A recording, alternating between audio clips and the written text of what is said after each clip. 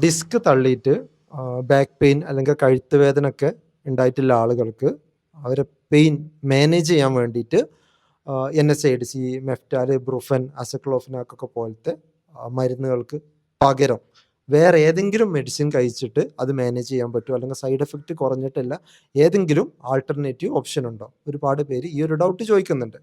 അപ്പോൾ നിങ്ങൾക്ക് ഇപ്പോൾ ഡിസ്കിൻ്റെ വേദനയൊക്കെ ഉണ്ട് എന്നുണ്ടെങ്കിൽ ഡിസ്ക് പുറത്തോട്ട് തള്ളി വന്ന് നമ്മളെ ഞരമ്പിലൊക്കെ നെർവ്സിൽ കംപ്രഷൻ ഉണ്ടായി കഴിഞ്ഞാൽ ബാക്കിലും അതുപോലെ കാലിൻ്റെ താഴോട്ടൊക്കെ നല്ല സഹിക്കാൻ പറ്റാത്ത വേദന ഉണ്ടാവും.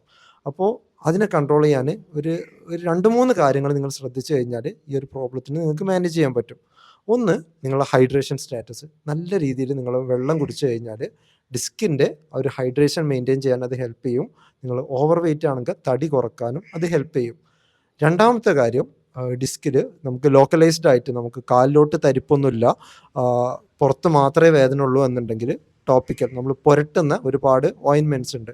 ഡൈക്ലോഫിനാക്ക്, പവറാണ്ടൊക്കെ ഓയിൻമെൻറ്റ്സ് അവൈലബിളാണ്. അത് പുരട്ടിക്കഴിഞ്ഞാൽ അതുവഴി നിങ്ങൾക്ക് പെയിന് മാനേജ് ചെയ്യാൻ പറ്റും.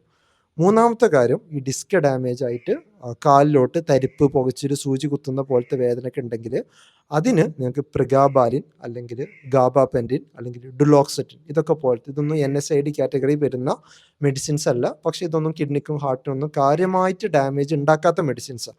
അപ്പോൾ ഈ പറഞ്ഞ മെഡിസിൻ കഴിച്ചിട്ട് നിങ്ങൾ പെയിനെ മാനേജ് ചെയ്യാൻ പറ്റും. അപ്പോൾ ഈ പറഞ്ഞ മെഡിസിൻ ഇപ്പോൾ പ്രിഗാബാലിനും ഗാബാപെൻറ്റിനൊക്കെ കഴിക്കുമ്പോൾ നിങ്ങൾക്ക് ആകെ ഉണ്ടാകാൻ പോകുന്ന ചെറിയൊരു സൈഡ് എഫക്റ്റ് എന്ന് പറഞ്ഞാൽ ചില ആളുകൾക്ക് ഉറക്കം കൂടുതലായിട്ട് ഉണ്ടാവാനുള്ള ചാൻസ് ഉണ്ട്. അപ്പോൾ ആ ഒരു കാര്യം ശ്രദ്ധിക്കണം. ലാസ്റ്റ് നിങ്ങൾക്ക് ചെയ്യാൻ പറ്റുന്ന ഒരു കാര്യം എന്ന് പറഞ്ഞാൽ നിങ്ങൾ വെയിറ്റ് കുറക്കുന്നതിൻ്റെ കൂടെ തന്നെ കറക്റ്റായിട്ട് നല്ലൊരു ഫിസിയോതെറാപ്പി കറക്റ്റായിട്ട് ചെയ്ത് കഴിഞ്ഞാൽ നല്ല രീതിയിൽ നിങ്ങളെ ഈ ബാക്ക് പെയിനെ നിങ്ങൾക്ക് മാനേജ് ചെയ്യാൻ പറ്റും. നിങ്ങളെ പെയിൻ കില്ലറിൻ്റെ റിക്വയർമെൻറ്റും നല്ല രീതിയിൽ കുറക്കാൻ നല്ലൊരു ഫിസിയോതെറാപ്പിസ്റ്റിന് നിങ്ങളെ സഹായിക്കാൻ പറ്റും.